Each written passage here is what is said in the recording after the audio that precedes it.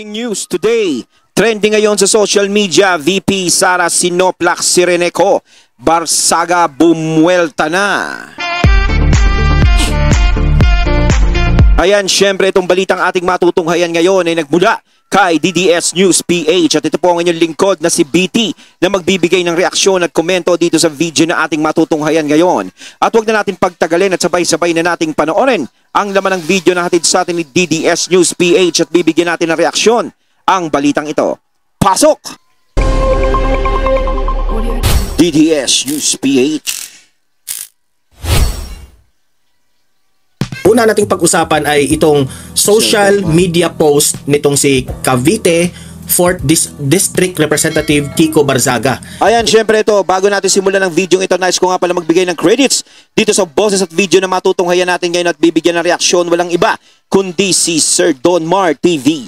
Siyempre, suportahan natin ang channel ni Don Mar TV, mga katunay, pakibisita po yan. At huwag niyong kalimutang mag-subscribe at mag-follow para maging updated tayo sa mga vlogs, reactions at sa mga balita na hinahatid sa atin ni Don Mar TV. Ipagpatuloy natin. Itong Gen Z na bata pa ha, na kongresista ay laging trending ito ngayon. At makonsider raw na parang may nilabag raw sa batas itong si Representative Barzaga doon sa video niya na nag-trending na nag-rap pa siya yung sa kay Glock 9, di ba? Sa House of Representatives mismo. Nag-video siya, nakita pa nga si ano doon si Garin, di ba? Nakita mo si Garin. So mamaya i-play natin yung video na yan at magre-react tayo, okay? Okay, ito yung main topic talaga natin ang nangyari ngayon. Main topic, patungkol po dito kay Vice President Inday Sara Duterte. Humarap siya sa media kanina after doon sa hearing ng kanyang budget deliberation. At marami po siyang nasabi doon ha. Ito yung pakikinggan natin kasi nabanggit rin ang pangalang Leni Robredo. Okay? So, right after the hearing, talagang nilusob siya kaagad ng mga media at yan po ang ating maririnig ngayon at pakikinggan. This is the first time ha na for how many days na she's been silent.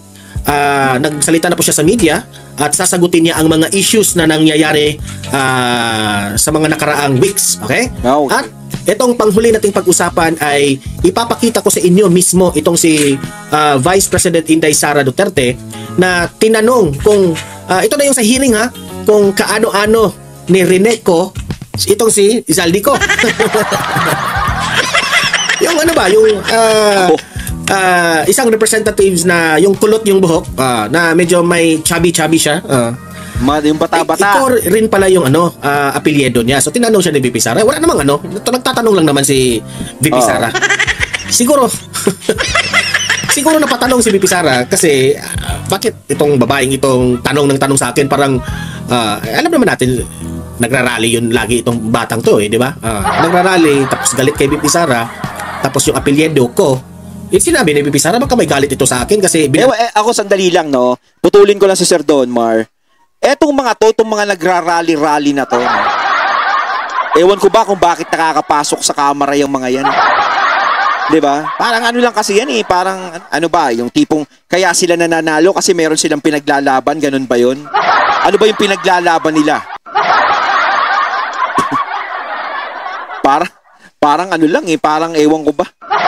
Ako nagtataka ako kung bakit 'to mga nakakapasok Hindi na lang kumbaga hindi na tayo nadala kila Castro no. Di ba? Yung mga kila Manuel ganyan. Dapat medyo nadadala na tayo ng konti kayo. Siyempre, ewan ko saan lugar 'yan, di ba? Saan lugar congressman 'yan. Pero para sa akin, no, ako hindi ko titignan 'yan kung mga ganyan o mga sumasama sa rally ko. Iba kasi utak ng mga yan Natan ko si Zaldico. Hindi pala, wala pala sila kaugnayan dalawa. Ito ating din mainit at intense na sagutan dito sa hearing ng budget deliberation ni VP Sara. Ipapakita natin yan at i-react natin ang mga pangyayari, okay? Pero guys, bago ang lahat, help me po muna na i-like at saka i-share itong video na ito like para tatalang ito sa taong bayan. Okay? Mahalaga like and share. Okay, ready? Sabay-sabay mo tayong mag-like and share. 1, 2, 3, go! Go! Ayan, naka-like and share na ba? And sa mga bago pa lang dito sa aking channel sa Don Mar TV, mag-subscribe na po kayo kung first time nyo itong napanood, no? para lagi kayong updated sa ating mga balita. Okay, unahin muna natin itong trending na kongresista na itong si Representative Kiko Barzaga. Heto, panoorin natin. Itinuturing ni House Deputy Speaker at Antipolo 1st District Representative Ronnie Puno na inciting to sedition o pang-uudyok ng sedisyon ang ilang post ni Cavite 4th District Representative Kiko Barzaga sa kanyang social media page kamakailan. Kabilang narito ang post ng kongresista noong September 12. Gayun din ang post nito kahapon September 15. Chairperson ng National Unity Party si Congressman Puno at dati nitong kapartido ang neophyte lawmaker na nagbitiw na rin sa pagiging House Assistant Majority Leader. Anya, hindi rin nila nagustuhan ang ginagawang pangiinsulto ng kongresista sa cabinet members at maging sa Senate leadership. Inungkat din ng NUP chairman ng mga dating social media post. Ibig sabihin, itong mga kongresista na ito, pumalag na. Kasi kung makabanat itong si Kiko Barzaga, swak na swak. Hindi, ibig sabihin kasi niyan, kumbaga nasasakta na sila sa mga nangyayari. Hindi, di ba? Parang magkaka-classmate tayo dito tapos ginaganto nyo kami. Kaya naman siguro nagkakaganyan si Barzaga dahil alam niya kumbaga dito parang yung bakura natin nadudumihan. Lalong-lalo na, di ba, may mga sinasangkot dyan sa flood control project. Di ba? Kumbaga, kung dapat merong maglilinis dyan, dapat kayo-kayo din mismo eh. Kumbaga hindi natin dapat sisihin, hindi nyo dapat sisihin si Barzaga kung bakit nakakapagsalita siya ng ganyan. Kung bakit nakakapag-post siya, kung bakit nakakakanta siya ng mga ganon. Kasi yun yung nakikita niya eh. Parang wala ding pinagkaiba dyan eh. Yung mga taong galit dyan sa Kamara, sa Kongreso, kaysa sa mga Duterte. Di ba ganon din eh? Oh. So parang bakit pag kay VP Sara nagsasalita sila ng hindi maganda, is okay lang.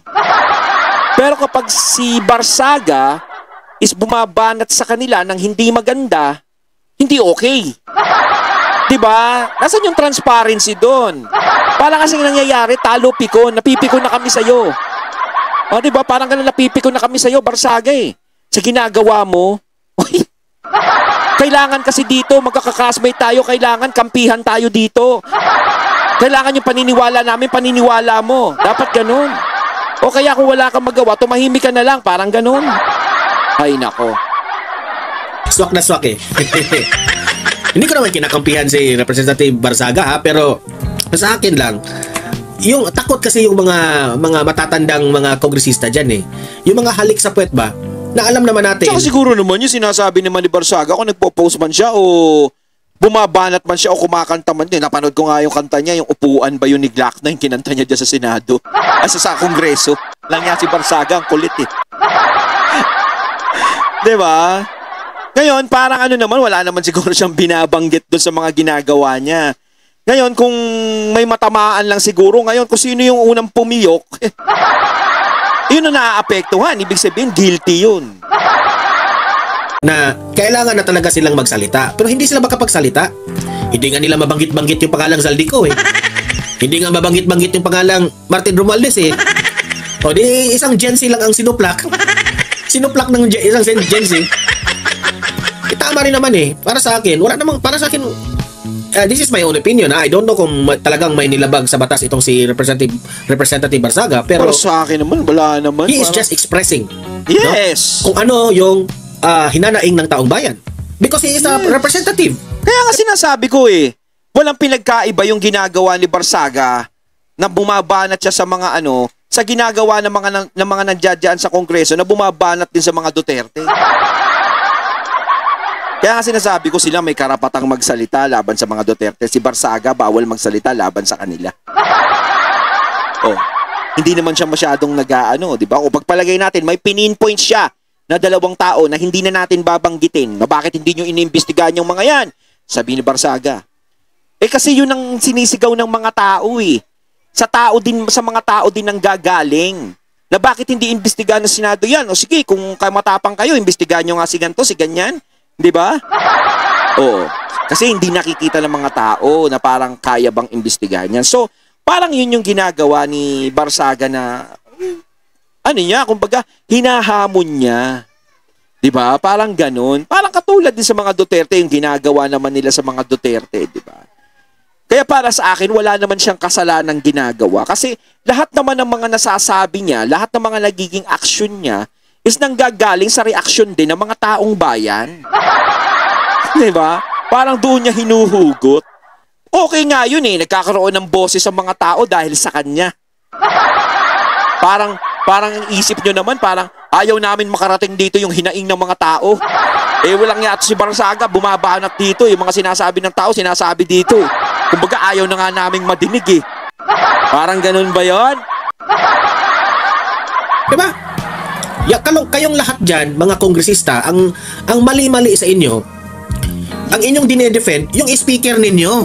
Yes. Yan ang mali ninyo eh. Kaya nga sinasabi ng mga nung mga loko-loko na sinasabi, si Tatay Digong daw poon ng mga DDS.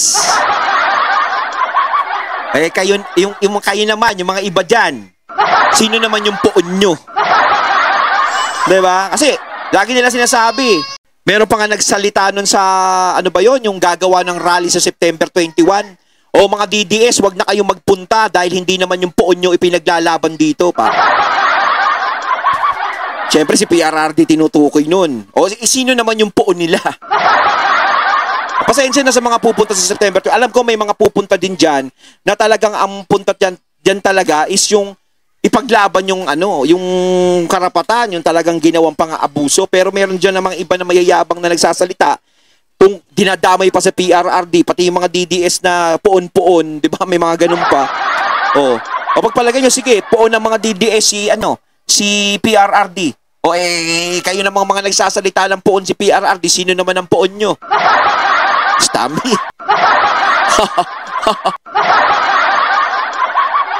Kumbaga highness. Ay, wag na, pagandahin na lang natin, gawin nating highness. 'Di ba?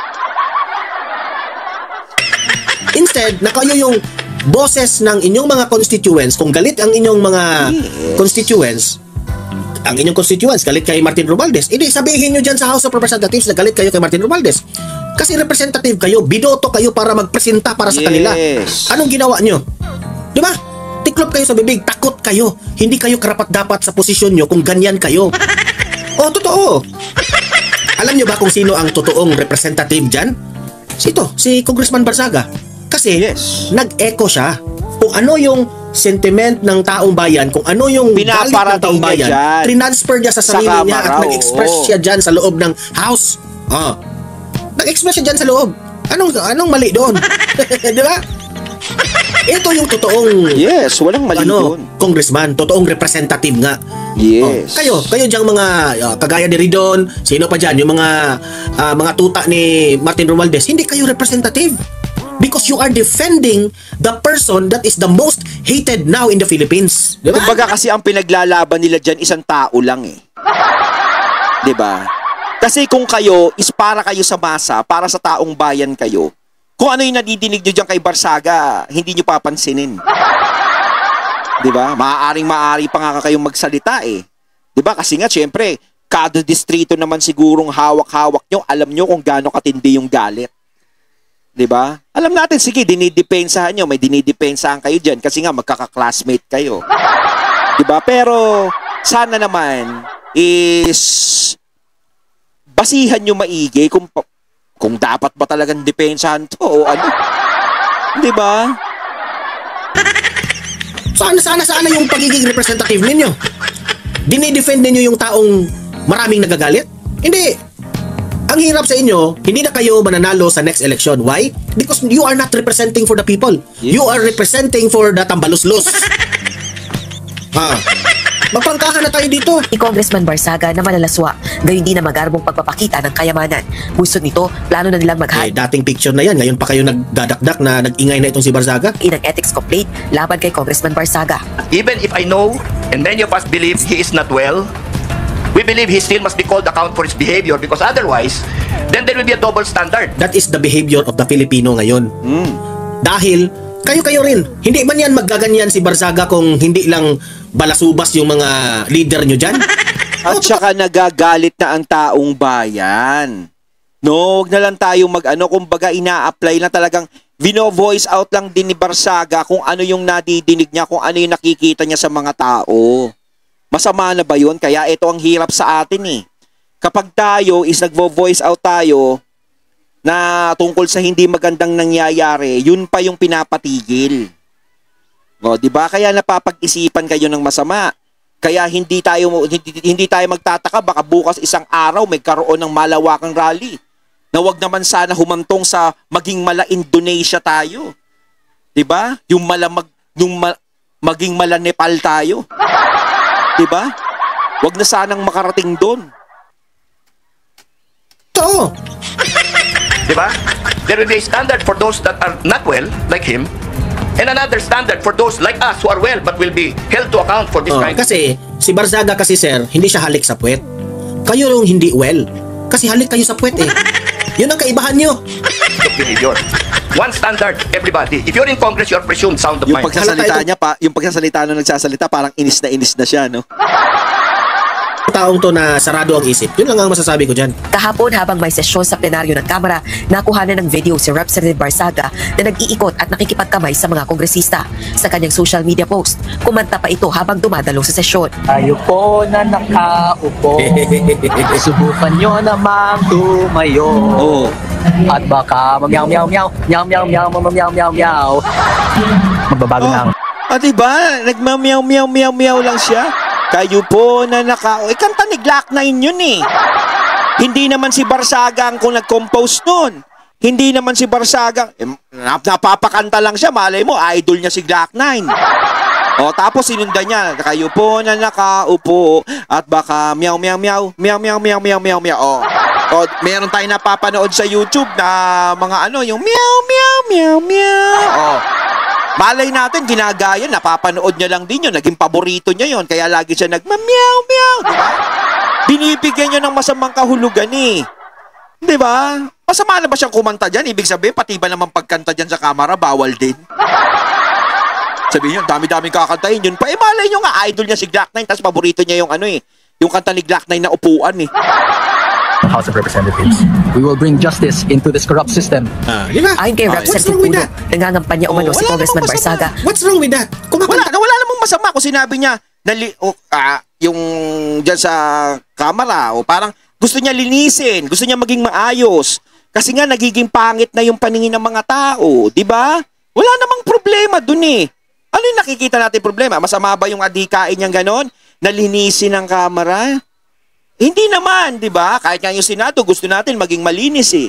Kasi yun din yung nakikita niya sa mga tao, yun yung nakikita. Talagang pangit po talaga ang nagiging ng mga tao sa kamera. Iba ang nagiging tingin nila. Pag tinignan nila, may naman nasasabi silang hindi maganda na ayaw naman nating sabihin dito, no? Kaya ganun. Oh, wala siyang masamang sinasabi. 'Di ba? Parang inaano niya lang, nalinisin natin 'to. Oh, kung sino yung dapat managot dito, tapusin na natin para hindi na kayo lumabas na masama. Kumbaga sinasagip niya pa nga kayo eh. 'Di ba? Lang naman siya. That's freedom of expression. Yes. He is not disrespecting the House of Representatives. He is not disrespecting Yes. sa Senate, sa Speaker. He was just singing the Yes. truth. And sinabi magpabago. Anong mali doon? Walang mali doon. Diba? Kung natamaan kayo sa kanyang kanta at kung natamaan kayo sa mga pinagsasabi niya, it only shows that wala kayong pakialam kung ano rin ang hinanaing ng taong bayan. Nag-echo lang siya. Kung ano yung isinisigaw sa labas ng taong bayan, yun rin ang ipinakita niya sa inyo. Kung hindi niyo yan matanggap-tanggap, wag kayong magkongresista dyan.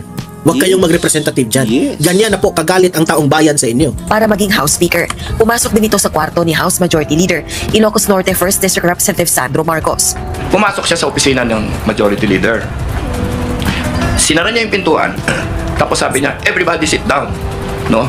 I want to tell you about my plans for what to do with Congress. Sabi niya, I am running for Speaker. Ikaw, sabi niya, if you will join me, I will make you Deputy Speaker. Nagulat lahat doon, wala naman nag-react masyado. Si Majority Leader, siyempre, was the gentleman that he is, pinabayaan lang siya. Dito, kung kagagaling ko lang sa session hall, sa plenary, umiikot siya ngayon, is campaigning to be Speaker. Ang sinasabi niya, Kulit kasi ni Barzaga. he is going down to declare all seats vacant. Mga ganyan-ganyan. Kung anong sinasabi niya na, Wag kang wag niyong minamaliit itong taong ito, baka manalo yan. Di ba? Wag mo mamaliitin, baka marami na rin galit dyan kay Speaker. For us who are there, na, I mean, di gawin mo yung gagawin mo, pero, parang wala sa lugar, parang hindi dapat action. Hindi, sir, hindi man yung wala sa lugar. Kung ang tao walang nilalabag sa batas, walang mali doon. Walang nilalabag niya, wala man siyang nilalabag. Hindi mo naman na-mention na, wala kang na-mention na may nilabag siya. So wala kayong masabi doon. Wala naman. He was just being frank. Na mga O baka hindi niyo matanggap kasi bata pa. Hindi na kasi magkaintindihan ang bata at saka matanda. Iba kasi yung pamamaraan ngayon ng mga bata eh. congressman na maayos ito. Giit pa nito, may pauna na umanong babala sa kanila ang ina ni Congressman Barsaga na si Dasmariñas Cavite Mayor Jenny Barsaga. Anak din ng kongresista ng yumaong mambabatas na si Elpidio P.D. Barsaga na naging presidente ng NUP. But then si Mayor Jenny called up our Deputy Secretary and told him, huwag niyong bigyan ng maraming assignment yan kasi hindi natin alam kung ano mangyayari. Batay sa rules ng Gina-judge nyo kaagad. Yun ang mali ninyo. House of Representatives, maaaring patawan ng parusa ang sino mang miyembro nito sa pamagitan ng rekomendasyon ng ethics panel, posibleng pagsabihan ng House member o kaya naman ipatawan ng suspension o expulsion. Sa isang social media post, iginiit naman ni Congressman Barsaga na nagkakamali si Congressman Puno at siya ang nananawagan ng kapayapaan. Malayo rin umano si Representative Puno sa karaniwang mamamayan kaya hindi nito naiintindihan kung hanggang saan kayang lumaban ng isang inaaping mamamayan para sa katarungan. Rosa Licos. Hindi naman ang gugulo, di ba? Anong mali diyan? Wala naman siyang ginagawa dyan eh. Hindi naman siya naghahagis ng bangko. Punta tayo kay VP Sara ha. Ito yung media interview pagkatapos ng hearing ng budget deliberation. Ito tayong nakuha na updates dito sa media interview ni VP Sara after the budget deliberation. Ngayon naman, ipapakita ko sa inyo ang mismong budget deliberation dito ni Kulot ko. Ito si Rene ko. Tanong ng tanong eh. Parang wala sa hulog yung mga tanong. Ito naman yung laging nagrarally against sa mga Duterte eh. Wala naman itong ginagawang mabuti sa Pilipinas kundi Duterte lang ng Duterte ang gusto nilang patalsikin. Kahit nga irrelevant yung mga ipinaglalaban nila, laban lang sila ng laban. So yun po ha. Nakikita nyo kung gaano po ka straightforward yung answers ni VP Sara at ako po ay naaawa at natutuwa dito kay Rene ko na wala naman siyang nakuha na kasalanan ni VP Sara dito, di ba? Wala siyang nakuha. Para nga lang siya nagbukang engeng. Di ba? Hindi, napanood ko rin yun eh. Hindi sila tatagal dyan kay VP Sara. Kumbaga, wag na silang mangarap pa. So, iyak ka na lang. Yun ang post ko, iyak ka na lang. Pilit nyo kasing ipinamukha sa taong bayan na may kasalanan si VP Sara, matinong nagtatrabaho yung Vice President na yan. And that will be the future President. Ayun, natating natunghayan ng video na nagmula kay DDS News PH. At syempre natunghayan natin ang boses na yun ng video na yun na binigyan natin ng reaksyon na nagmula kay Sir Don Mar TV. Kayo mga katunay, anong masasabi niyo tungkol dito? Comment lang po kayo sa comment box. So once again, I'm BT and I'm out. Peace.